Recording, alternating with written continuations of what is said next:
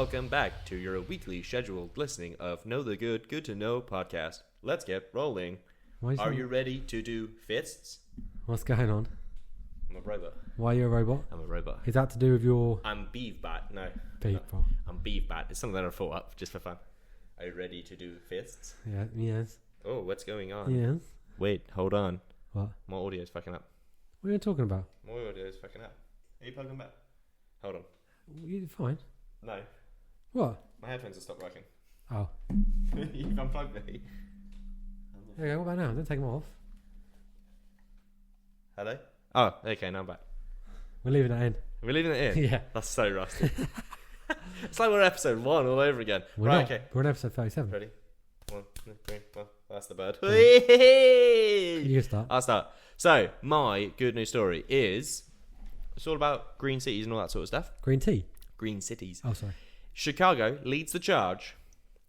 An inspiring achievement for sustainability, the city of Chicago has reached an extraordinary milestone. As of... I forgot what I was reading. As of this year, all 41 buildings owned and operated by the city are either fully powered by renewable energy or offset their carbon emissions through financing renewable energy projects across the United States. They're getting green, boy. All 411? All 411 buildings. Very good.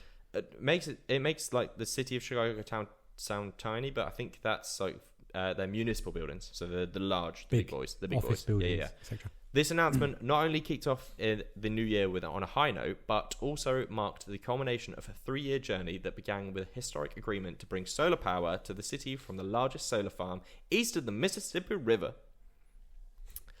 The ambitious shift began in 2022 when former Chicago Mayor Lori Lightfoot, what a name, signed a groundbreaking agreement with Constellation Energy, a major energy supplier.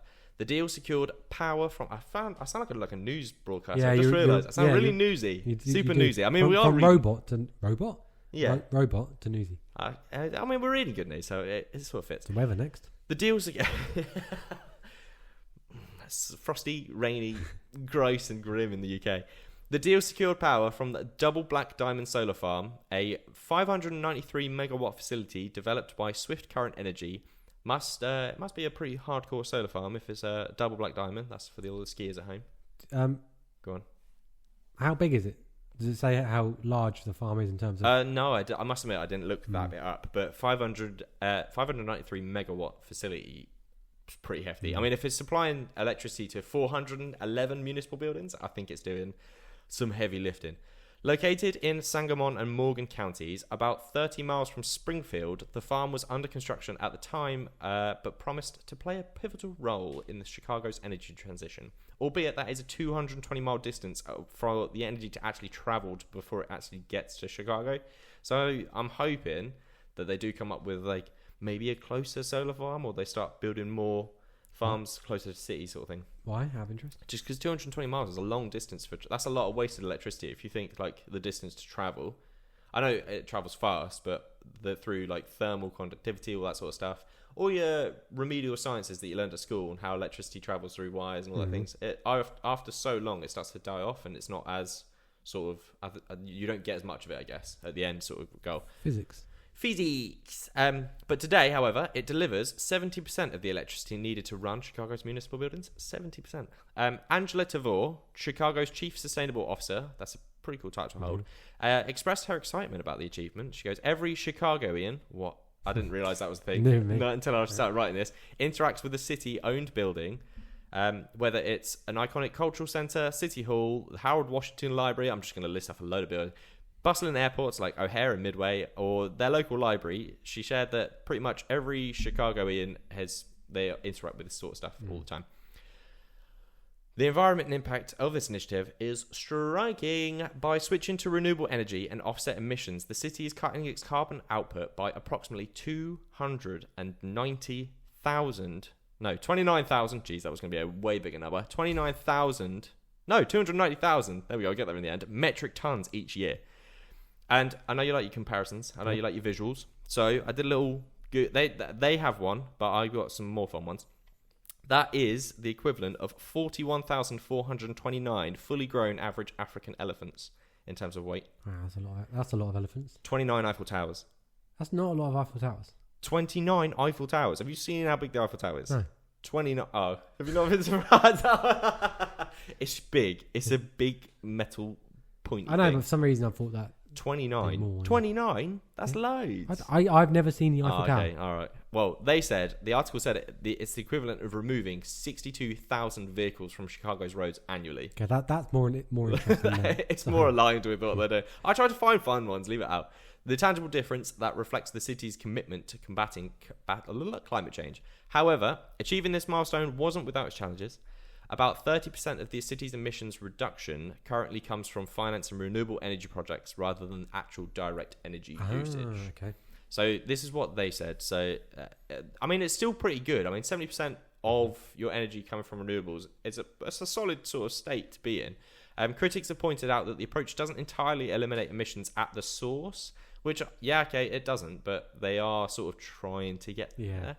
Tavor acknowledged this limitation, but emphasised that the financing mechanism provides critical breathing room as the city explores more permanent solutions, including the installation of rooftop solar panels on municipal buildings. And she followed with this. This isn't the end of the road, Tavor said. It's a significant step, but we are already looking ahead to ways we can close the remaining gap and ensure our energy use is as sustainable as possible.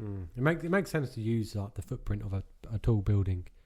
Well, I mean, for solar panels. Yeah, definitely. I mean, I did not to get really, really boring on it, but when I did my dissertation at uni, I did something called BIPV, which is Building Integrated Photovoltaics. Sounds super technical. It's basically imagine all the windows on a skyscraper. Yeah. They're all solar panels. You can see through it. Wow, that'd be cool. So the whole building is essentially just a giant solar panel, but you can live in it. That'd be very cool. It's a thing. It's a real thing. Really? Yeah. Is there actual buildings that have got that? There's a couple of buildings in the UK that have it. There's a couple of uni buildings in... I can't remember where it was. It's been a long time since I've done my dissertation. But yeah, there's loads of places that have it. What's the cost of a solar window as opposed to a solar panel, though? I mean, the cost was way more because obviously you've got installation, then you've got run all the wire. It's basically like having... Like you see like TVs in windows and stuff now. It's a similar sort of concept. You've got all the electrics that you've got to run through. It's getting better. I mean, I must admit, obviously there's a lot of R&D and sort of that sort of stuff. But until they sort of get it down 100%, it's going to be costly. Why wouldn't we plough more initiative into stuff like that? Because, I mean, it's so like... We're human beings. We're slow. So practical. Yeah, I know. But it's, it's the thing. If it happens, it happens and it'd be so slow. Sick. We're the opposite to slow. Well, okay, fair enough. Less than 100 years ago, we were a horse and carriage. Yeah, that's true. Yeah, that's a real thing to think about. Yeah. Fuck, damn. And the gap between the horse and carriage and whatever was before that is huge. The past so-and-so years, 100 years or whatever, has been like a crazy leap. Development, yeah. I suppose it's more of a case of we need to focus on the things that are going to help humanity rather than like... I wouldn't say silly things like robots and shit like that. Sustainable energy is helping... No. Oh, so you're saying... getting like the Elon Musks and stuff to like... Focus on that rather than going to exactly. Mars. Yeah. Like, let's put some robots around. Like, spend billions of pounds on rockets. Yeah. I mean, the rockets could be a good thing because they might...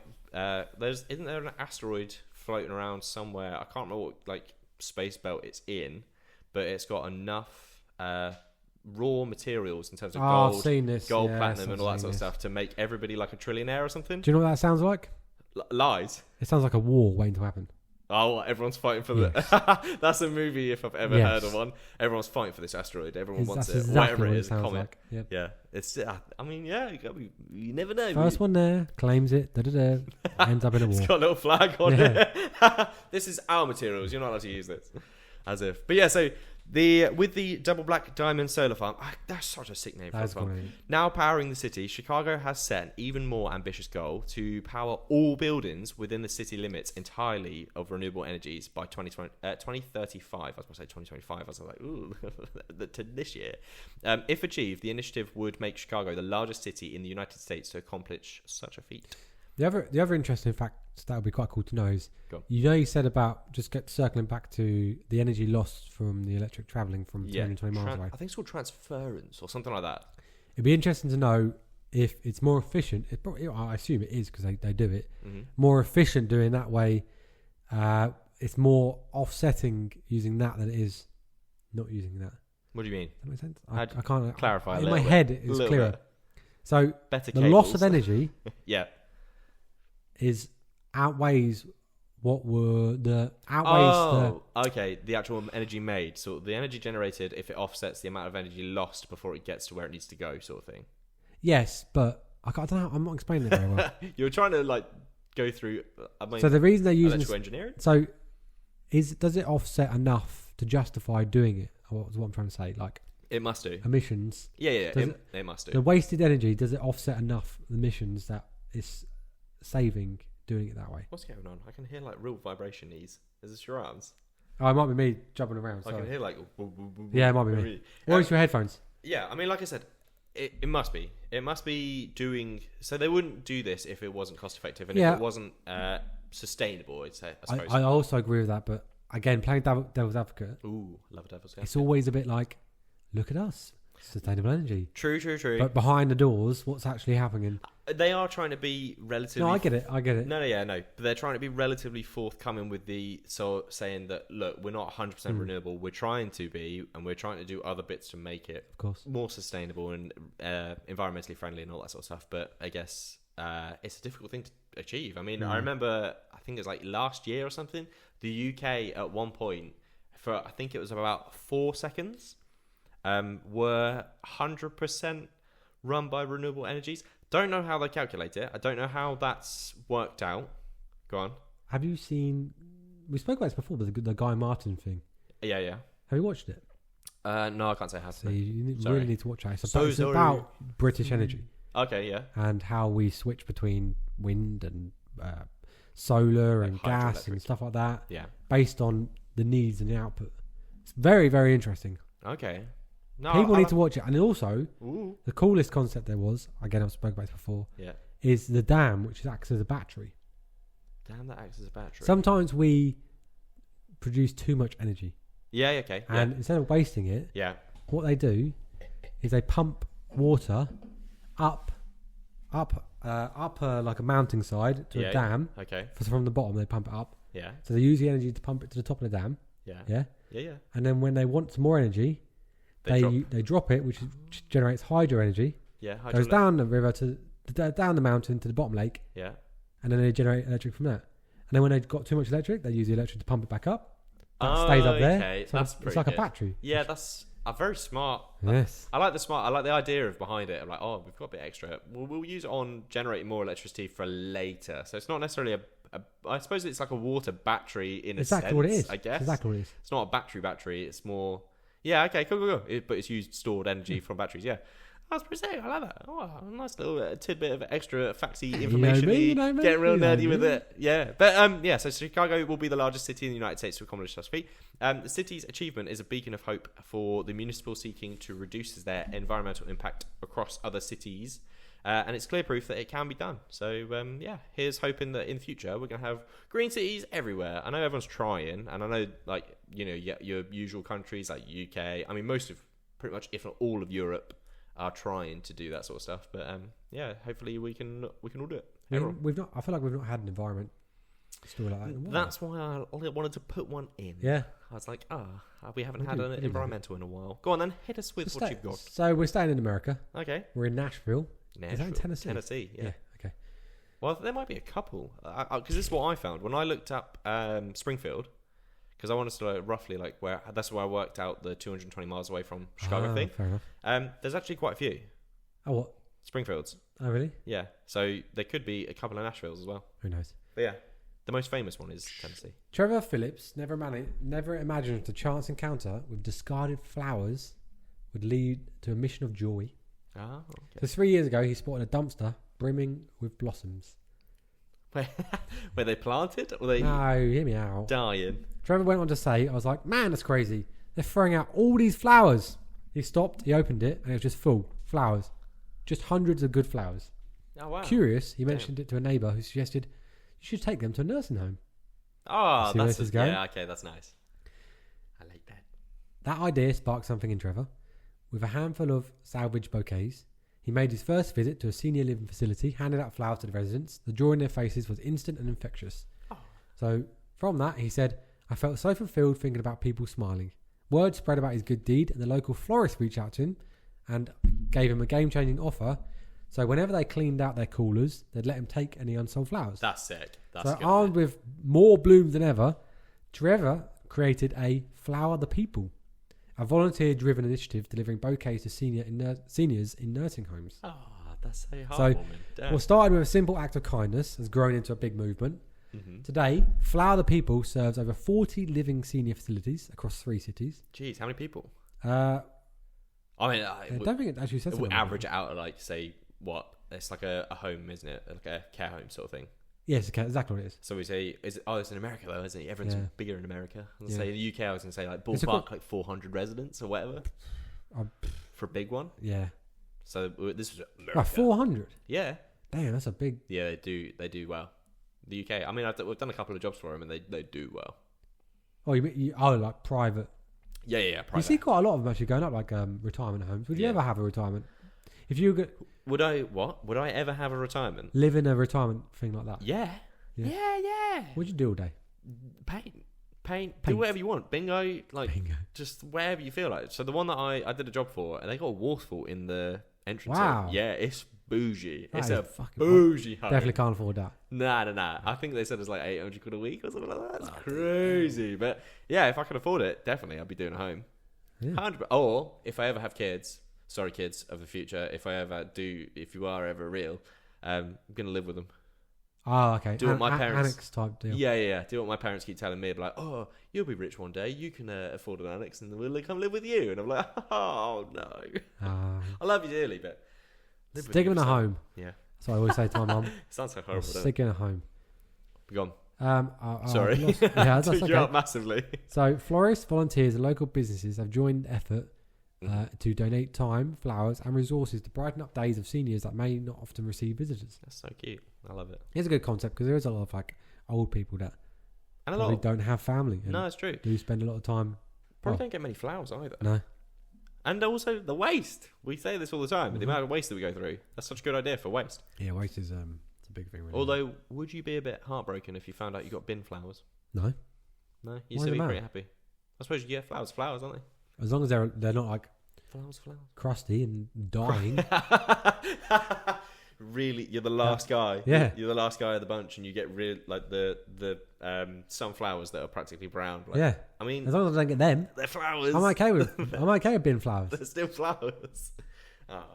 Bin flowers. Yeah, it's the thought of the bin flowers is more important. Yeah, that's true. So when he gets back from, so his normal job is just delivering. He's a delivery driver. So when he gets back from it, it just reminds him. Oh no, sorry, I got that wrong. No, I didn't. He is. Yeah. Anyway.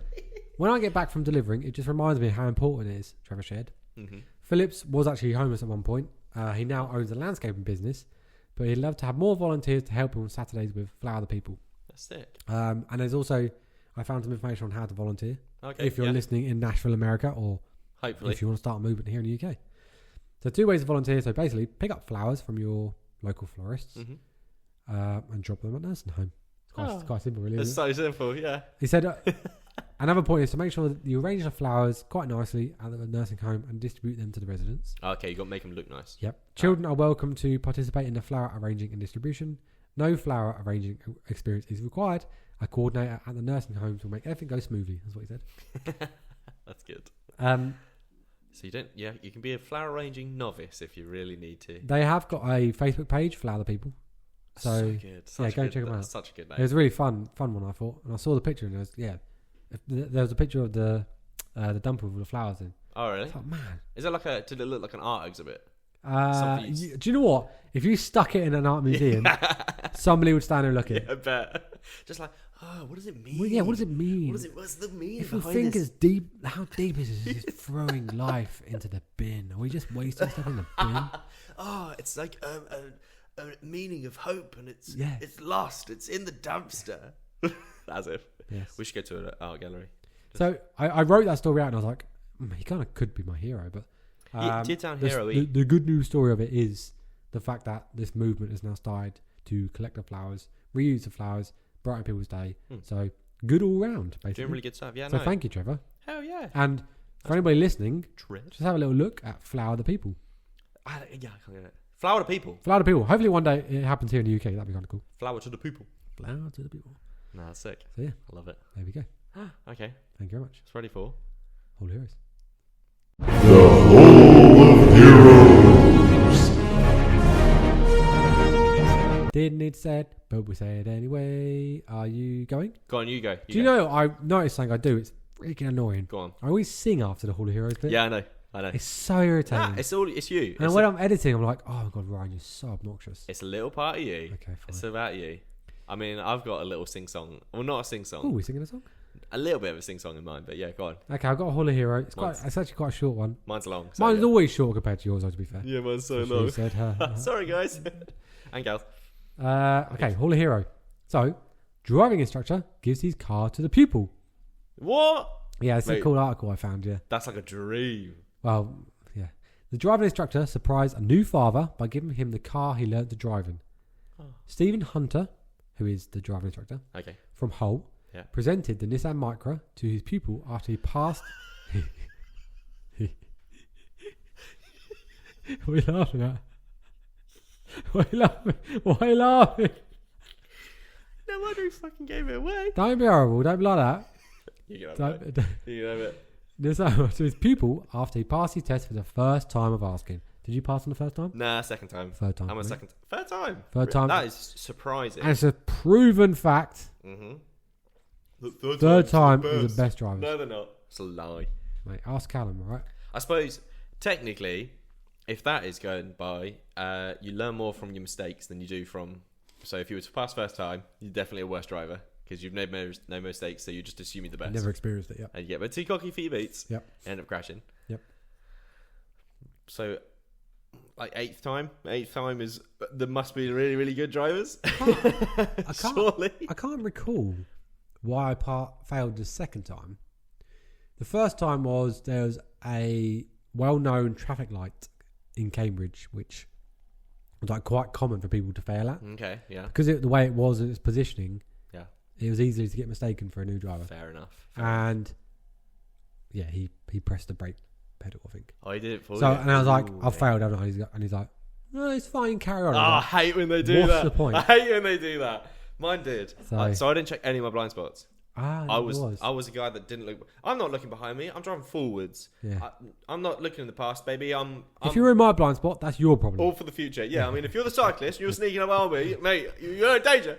You're gonna get hurt. In Cambridge as well, where there's a lot of bikes. There's so many cyclists. But I hate when they do that. Like, because I was just driving along, and he was just marking his little thing. I'm sitting there getting real nervous. He's marking his little pens. Like, what's he doing? What's he doing? What's going on? I kind of want to stop driving. And then he parked up, got to the back to the testing facility, and he goes, "Oh, sorry, you failed." I'm like, "Hey, you could have just stopped me when I failed." I can't remember why I failed the second time. I suppose again, you don't learn from mistakes unless you carry on exactly and keep going. Anyway, carrying on with my Hall of Heroes. No, that's fine. It was a tangent well worth exploring. Interesting. So Jack Price, 20, from West Hull, had recently celebrated the birth of his 2-month-old child, Vinny, with his girlfriend. Ahead of the birth of their first child, he was learning to drive with a local driving instructor, Stephen Hunter. He told I don't know why I stopped the Hunt. Yeah, I know what you wanted to. He told Hull Live he was over the moon leading up to the test. Stephen offered him a car he learned to drive in, a Nissan Micra. Initially, he thought Stephen meant to sell it to him, but on the arrival of his new baby boy, he didn't really have any money spare. So Jack said, "I was in a lesson, and we came to the end of it, and he pulled up the car outside my house, and he said, 'Would you be interested in wanting this car?' He thought he meant, 'Am I buying it?' So he was thinking, well, it depends how much. Anyway, he said yes, and messaged him later on and said, 'How much do you want for the car?' And he replied with, 'Nothing, zilch, zero.' And obviously at the time, he was very shocked, but very grateful. Yeah, I bet. He went on again to say, 'I've never had anything like this happen to me before, but I'm very grateful for it because we've just had a baby, and I'd never be able to afford a new car myself because, well, they're expensive. Just had a baby. Yeah, and I suppose had a baby. Yeah, both are expensive. Spenny Benny. Mr. Hunter, 64, said Mr. Price, who has just had the 2-month-old son, as we said, was overwhelmed when he was told that he didn't want any money for it. He added, 'I know now he's put it to good use and driving every day.' It's the third time the driving instructor has done this. What? Yeah. How much? He's been teaching since 1987 and has gifted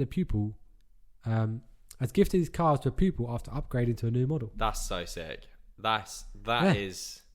Oh man. He said it's a feel-good thing. He added, 'I like to gift the cars I no longer need.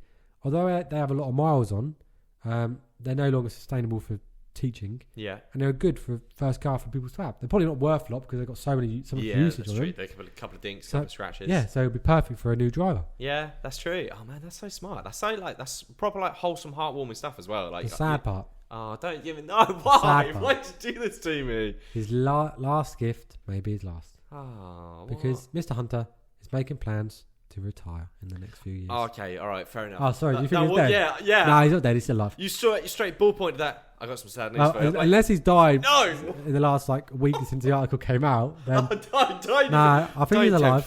Don't tempt fate. So yeah, he plans to retire in the next few years. But either way, the thing that threw it to me was like, it's the third time he's done it. How mad is that? Yeah, giving a car away. That's nuts. So, Yeah. my watch. Sorry, side note. My watch just said, "You've had an easy day today." Have you had an easy day? It's been alright. Sounds like it has. Watch told you. I know. But to do it 3 times, that's crazy. Yeah, that's like so you know what? Stephen Hunter from Hull, Yep. the driving instructor, legend. Absolute legend. Into the Hall of Hero you go. Yeah, he's gone out his way like every single time to go. You know what? That's a guy that's truly like, what's it? Compassion over greed. Yes. Damn. Yes. Love it. Wow. Okay. From a driving instructor in Hull. Is it Hull? Am I right? To a we'll call him, I suppose, like a military psychiatrist in Punjab. I think. I'll find it when I read the story. So, my hero really did live by the song Wah! Who? Good God! Oh, what is it good for? Absolutely nothing. Nothing. Absolutely nothing. So, from the lush fields of Punjab, the cradle of Sikhism, comes a remarkable story of a 91-year-old man whose tireless mission is transforming lives. Colonel Dr. Throw it right in the get-go, right in the gate. Rajinder Singh, a former army officer and one of India's earliest psychiatrists as well, has dedicated decades to battling addiction in the approach rooted in compassion, discipline, and the principles of service. Sorry, did you say he was 91? Yes, he's 90. Still at it? Yeah. Mental. Mate, trust you. Wait. So, I take back what I said about the war song thing, as he does use some aspects of training, sort of his military, not necessarily the training bits, but more of the discipline side of like military to sort of make this better. So Dr. Singh is the founder and director of Akul Drug De-Addiction Center, a pioneering institution that's helped over 10,000 individuals overcome addiction. With a career spanning psychiatry, military service, and a community work, his life's journey is and has been a testament to the resilience of and purpose. I'll get there in the end. Dr. Singh's path to become a beacon of hope for the addicted began in the Indian Army. He served during the 1962 Indo-China War. Didn't even know that was a thing. Me neither. Shows how much we know. Where he witnessed firsthand the mental toll of war. As Dr. Singh explained, army personnel are exposed to highly stressful situations, long periods away from their homes and their families, and that can seriously affect their mental health. Some experience post-traumatic stress disorder, PTSD, for those who know, after combat and war. These experiences sparked his interest in understanding human behaviour and the roots of addiction, shaping the methods that he would later employ. Following his military service, Dr. Singh turned his focus to psychiatry and began addressing the addiction crisis in Punjab, a region grappling with substance abuse on a massive scale. And I looked it up, and oh my God, they are using the hard stuff. Really? Like the main three. We've Probably just to cope, right? No. So heroin, opium, crystal meth. No, it's probably just to cope. Oh, coping mechanism. Oh, yeah, maybe. But obviously not a great coping mechanism. No. So yeah, the three I would say top worst three, ones. Yeah, I would say worst ones. Top 3. Listen to me. Yeah, I've done them all. Oh, top 3. Yeah. Yeah, I'm on top 3. At the Akal Drug De-Addiction Center in Sangur, there we go, Sangur district, Dr. Singh has developed a holistic approach to addiction recovery. His program combines physical exercise, organized sports, yoga, and medical treatment where needed, alongside a unique focus on spiritual healing. So he's doing a bit of the old soul searching. I love it. Inspired by Sikh principles, he emphasizes the concept of selfless service as a path of personal transformation. Unlike conventional rehabilitation methods, Dr. Singh's philosophy avoids preaching or judgment, and you'll know that most of all, that it's relatively it can be a relatively delicate subject. Yeah. That's not you, obviously, personally, but you've dealt with quite a lot of stuff with the mental health thing. Yeah. And he believes that the root cause of addiction often lies in unresolved trauma, and his approach to that encourages patients to confront their struggles with dignity and self-awareness. Over the years, the Akal Drug De-Addiction Centre has treated a wide range of addictions, from intravenous drug use to unconventional dependencies, like a man addicted to the adrenaline rush of snake bites. Wow, that's an odd one. I know. The centre has seen it all, and also that sounds utterly terrifying. But also, is it the Strongbow and blackcurrant mixture, you mean? No, that's disgusting, Jay. What do you mean by snake bite? No, legitimate snake bites. Snake with fangs. Yeah, and I looked it up, and they've got some dirty snakes. That is king scary. cobras, Scares the like shit the out of me. worst. Vipers, they've got like proper Why venomous are vipers. snakes so scary? Because they bite you, they kill you. I know, but It's that fear factor bit. yeah. Like, it's specific snakes, and then obviously it's the same thing with spiders. You lump them all in with the same sort of, like, you see a spider, you go, that's going to kill me. There's only That's a few venomous. of them that are going to kill us. Yeah, I know. Well, there's quite a few. When I had to look, I was like, literally just went through a list, and they've got 11 like main snakes that are. Oh, like, it's in venomous. India. Yeah, They got some bad asses. They got some big yeah. boys. Like I said, they've got cobras, vipers, the proper venomous ones. But even in, like, you look at the zoo, like, just like the old standard, boas. Yeah, that's a You're boa. like, damn, that is a scary animal. Have you ever seen like a boa go around a dude? Yeah. Have you seen the guy that got eaten by one on purpose? On purpose? Yeah, he. What? Yeah, have you not seen it? What? No. Okay, so he basically built himself like an armored suit thing Yeah. and covered himself in like deer blood maybe, Okay. and got the boa to eat him alive. What? Is he alive? Yeah. Okay. I don't know how far he got. Unfortunately, I don't Surely. think the snake survived. No, I 'Cause can't think he imagine had it's. to cut himself out. But Yeah. I think he got like halfway through his body maybe. Something like that. I can't remember. Did he go in with like an oxygen tank? Because surely you can't breathe. You're inside a snake.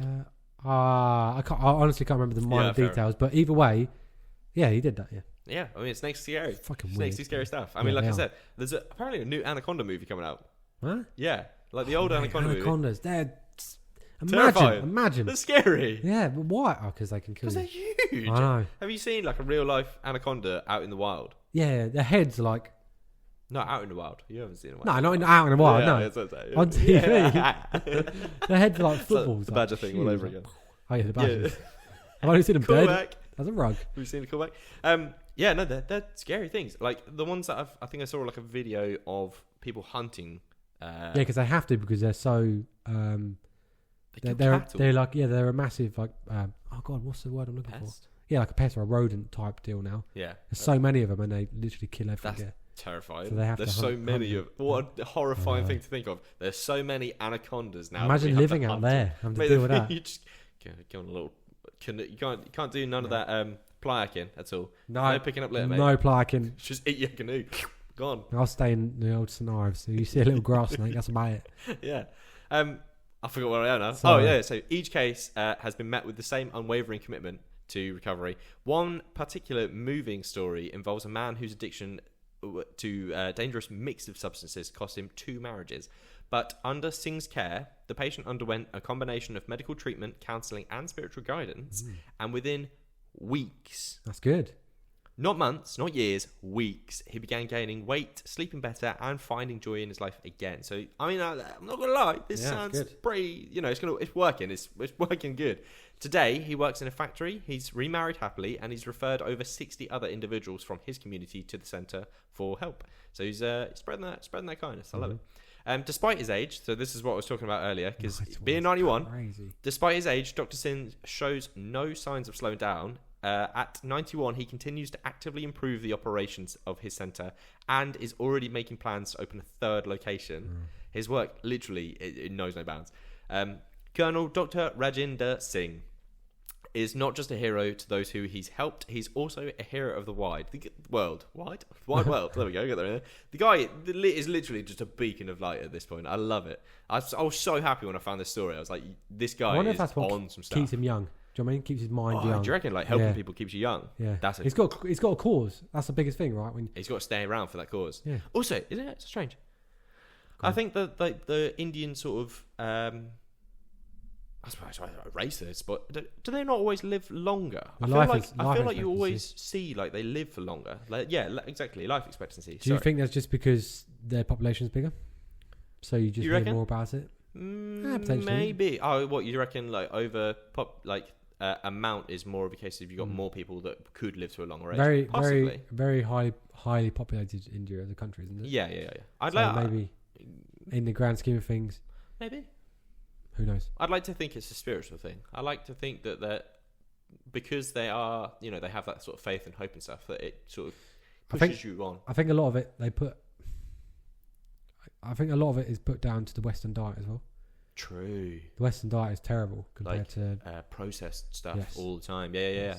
Mate, I've worked with Indian people. I know some Indian people, and the grub they eat, I'm like, damn. Good stuff. Yeah, proper home cooked grub. Yeah, you can't beat a home cooked meal. Do you know what I mean? It's like, damn it. And they use maybe that's all the spices as well, because obviously they got all the spices, all the stuff like that. It's just a lot. I mean, I should imagine a lot of stuff they eat isn't ideal, but they don't eat processed crap like us Westerners do. No. So that's probably part of it. Yeah, bit of diet, bit of spirit. 100%. Who knows? Yeah, Just 100%. big families as well. Big families. Wow, that's good to know. Catch you off guard. You did. I was about to say lots of love. You didn't let me finish the big families bit. So, again, keeping on brand. Yeah, a okay. car. I'm on cars. Yeah. A car story. Right. A car sets the average UK motorist back £206,000 in their lifetime. Not like a single car, Yeah, but I mean, cars in general. no. Your car's not far off. Single car, yeah. It's not expensive. It just has broken down quite a few times. So yeah, £206,000 in their lifetime. Don't get a Nissan Juke. The world's first speeding ticket was given to a UK driver travelling at 8 miles an hour. Okay, without looking, guess what the speed limit was? This is in 1896, by the way. I'm going to say 5. 2 miles an hour. Yo, how was man's getting at 8? Everyone was slow pace walking and everything. I bet he was... Everyone's just like, Whoa, slow down. slow down there. It would be nice to live a life like that. Live real slow? Live real slow. Okay, number 3. UK drivers spend around 4 months of their lives waiting at traffic lights. That's horrible. I thought you were going to say like in their car, but traffic lights alone is disgusting. Yep. Gross. 1 in 4 UK drivers don't know how to open their car bonnets. This should be on the driving test. You reckon? Open a car bonnet. Show me where this. They do. They Hang do. on, I remember they used to do. They didn't do the show me where this is. Yeah. I remember I got.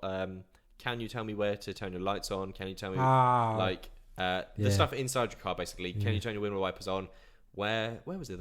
How do you adjust your mirrors? That sort of stuff. It should be. That's what I got. Crack the bonnet open. How do you do that? Where do you check your oil? Where do you check your water levels? Where do you check your stuff like that? That would be much more beneficial to people. I feel like a lot of people nowadays, especially youngsters, probably don't know. There's probably loads out there that do, but there's probably quite a large quantity of people that don't know where some of the things are. Yeah.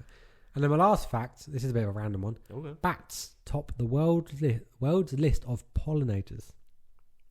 Oh no, I was going to say wasps, but yeah. No, bees. No. So loads, contrary to belief, lots of people that obviously kill wasps. Whoa, I didn't say that. Contrary to belief.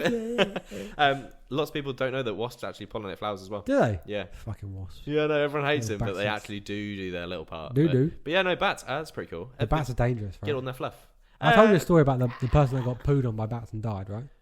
I think so, maybe, but go on, fill us in a bit more. So I don't know if they were studying bats, but there was basically a huge cave full of bats, and I don't know if something spooked them, but they all flew out at exactly the same time, and they all shat. Ooh. So the person got covered in Bat poop, yeah. and a few days later he died. It's got a name. Ace Ventura. It's got a name. It's like Gakka or something. Oh, really? Yeah, bat poop has a name. I can't Oh. remember what it's called. We have talked about this. Yeah, we did exactly the same thing. Literally did the same thing. I was like, what's it called? Oh no, I can't remember. Very nice. But there we go. That's it. They're my 5 facts. Wow, that's good to know. Now you know. That's cool. That's cool. I'm surprised you didn't get any facts around flowers. Yeah, I did think that, but I found the driving one's quite fun. I suppose you got pollinators. You got close to. Yeah. You're borderlining. The, All right. the car ones are too fun. Fair. All right, my odd side story. My odd side story is a fun one. It's one that I enjoyed reading. I know that much. So, in the icy heart of Harbin, China, a city famed, should I say, for its breathtaking winter festival. Oh, okay, cool. There's a group of thrill seekers who are taking chilling to a whole ass new level. These daring individuals turn the frozen Sangal River into their personal swimming pools. Oh, this is cool. Carving out icy lanes to brave the waters, hovering just above freezing. Well, it says hovering just above freezing. Way below. Every morning, the ritual begins hacking through 10 centimetres or 4 inches of ice that is stubbornly reformed overnight. Then, one by one, the swimmers strip down and plunge into a 30-foot pool they've carved out from the frozen river. Temperatures often dip to a bone-numbing minus 13 Celsius. Damn. Minus 13. That's it's nuts. I cannot go over. We do a plunge pool, or we used to do a plunge pool. I haven't done it in a while. I regret not doing it. It's because mine's got a puncher in it, so the top keeps going flat and then stuff gets in it. They give you little kits. They give you little kits. I don't know where it is. I got given that one. Brand new. True. I'll give you mine. It's fine. But the cold doesn't faze them. Minus 13 degrees. The reason I said that we do it is because I think we said like ours got to like 4-ish degrees ballpark. Probably not even that low. I managed to get it to like maybe I think it was like 6. Did you check it? Yeah, I put I just jumped thermometer in it. Oh, I got to about 6, and I was putting ice in it. I didn't mind doing it. No, it's nice. It's good. You feel really good. In fact, I'm probably going to start it again. Yeah, we should. And oh no, we've gone past that frozen period. Imagine doing it the frozen period. That'd be well good. What a shame we missed that. Oh no. There's a guy. He's actually one of my favourite people in the world, called Wim Hof. I've got him on here. What? I googled him because I knew you were going to mention him. Oh, really? Yeah, I got a little snippet on him. Born in 20th of April 1959. Yeah, Wim Hof. He's referred to as like the Iceman or something like that. Yes, it is known as the Iceman. Yeah, and he very spiritual. He does loads of like books and stuff like that. And he preaches of the cold and that. He never wears clothes. He just wears shorts because he's like legend. The way he describes it is he jumped in like in his hat. There's so much to say. I don't know how to. Go on, no, it's fine. Yeah. So he's got like a pool, a small pool, cold water pool, and he jumps off like a big cliff thing.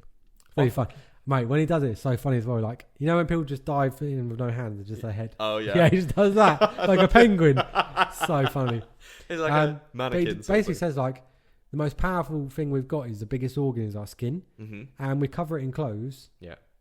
So our blood flow all sucks in to keep the core of our body warm. But when we're exposed to cold, all our blood is then moving around and going to the edge of our skin. And he says the most powerful weapon we have, we all put clothes on. Yeah. So he goes into real good detail of why he thinks because there's a lack of scientific evidence about cold plunges. So if you look into it properly, there is a lack of evidence on actually the benefits of it. Oh, okay. I know people say this. I was going to say I've literally listed a couple of benefits at the end of this. But I'm pretty sure there's like a limited amount of scientific proof that it's actually beneficial. Okay. I think it is. Yeah, same. But yeah, the evidence, I guess you have to back it up. But yeah, this guy, he goes in a cold plunge, he then goes in a sauna. He does like this really cool breathing technique, which I want to try. Okay. It's called like the 30 breaths or something like that, where literally just breathing. But he lays down. He's like, but the way he does it, you have to watch it. Okay. Wim Hof. Am I pronouncing that right? Wim Hof. Wim Hof. The geezer is bonkers, but in such a cool way. Yes.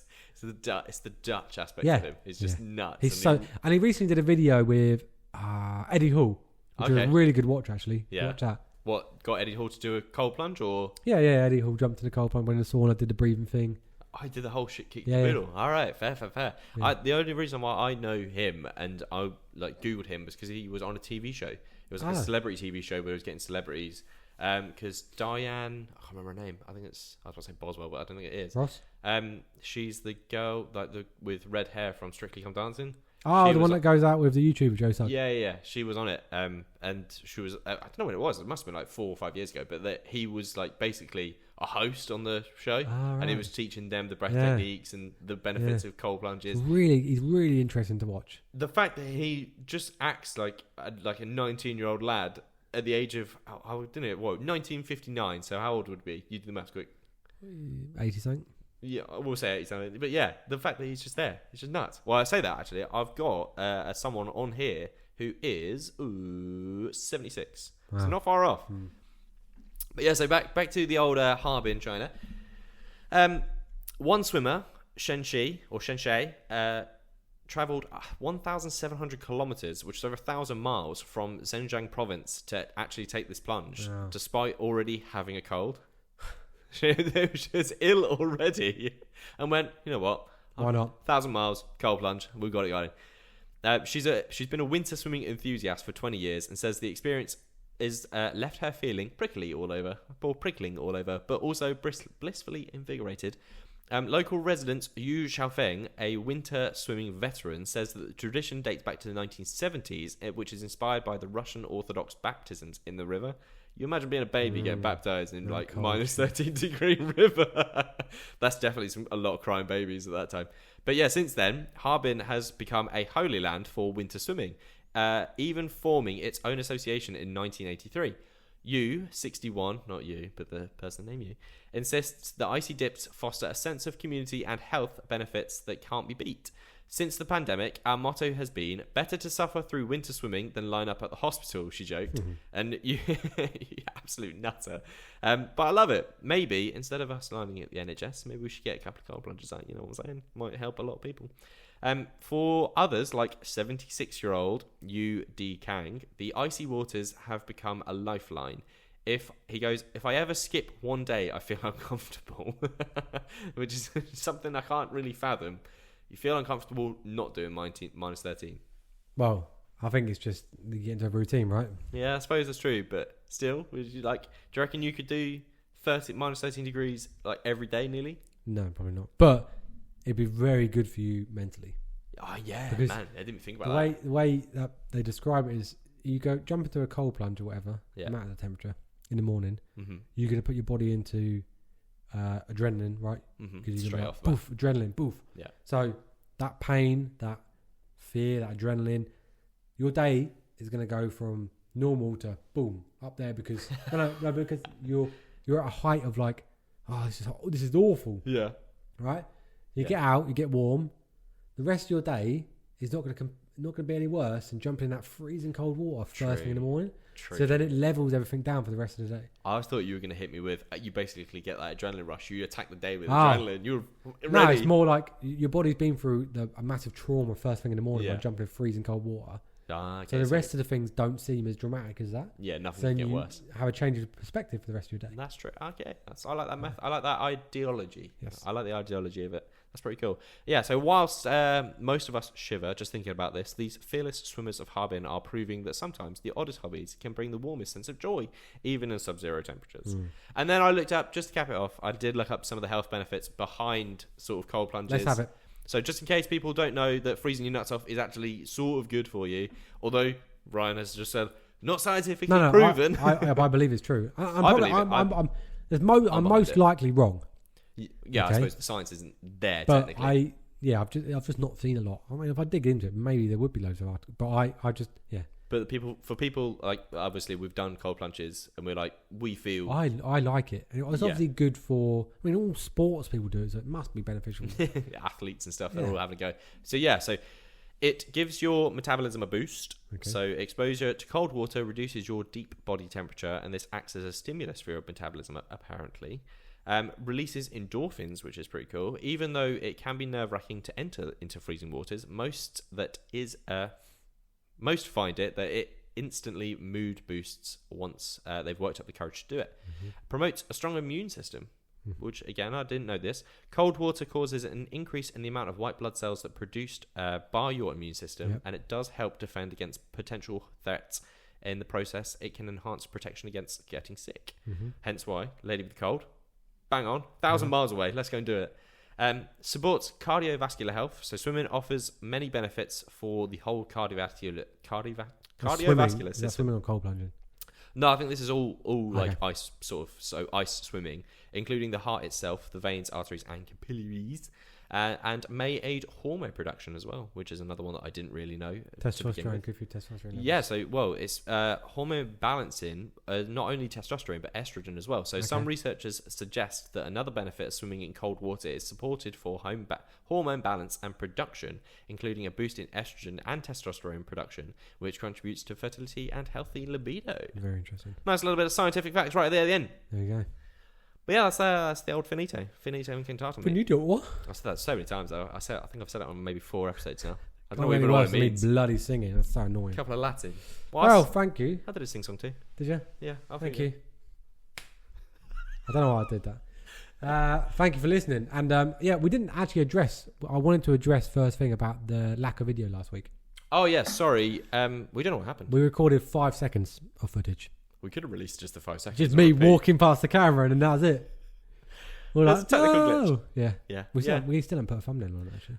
Saying that, we don't know if this one recorded. So We do hope. for all we know, yeah, well, Imagine. it could have stopped. You never know. Oh, don't. Ooh. Well, thank you everybody for listening. You're going to be listening. You might not be watching. Hopefully you are watching. Fingers crossed you are. Thank you for listening. And as always, please hit us up on any of our socials. You can see them on screen if you are Okay, dude. But again, watching. you did And you did the same thing again. what? For the people that are just listening and not watching, the socials are because you weren't about to say it, were you? No, I'm not going to say that. So KTGGTKpod is Instagram. KTGGTK podcast is TikTok. Although, be it sorry, all you Americans, that TikTok is slowly not going to be a part anymore. Bye. And Know the Good to Know podcast is on Facebook. So come and find us. Come and have a look at the couple of posts that I've been making. It's fun stuff over there. And send us an email at KTGGTKpod@outlook.com if you have any good stories. Good stories, good news, funny stories. Anything. Everything now. Just anything. Say hello. Bit of anything. Anything. Oh, yeah, that would be really nice. It would be nice. I'd really like a hello email. I would as well. That'd be nice. But, But yeah, so if you're watching, I don't know if you've done this already. YouTube, like, comment, Subscribe. You're talking to bell, you, not us.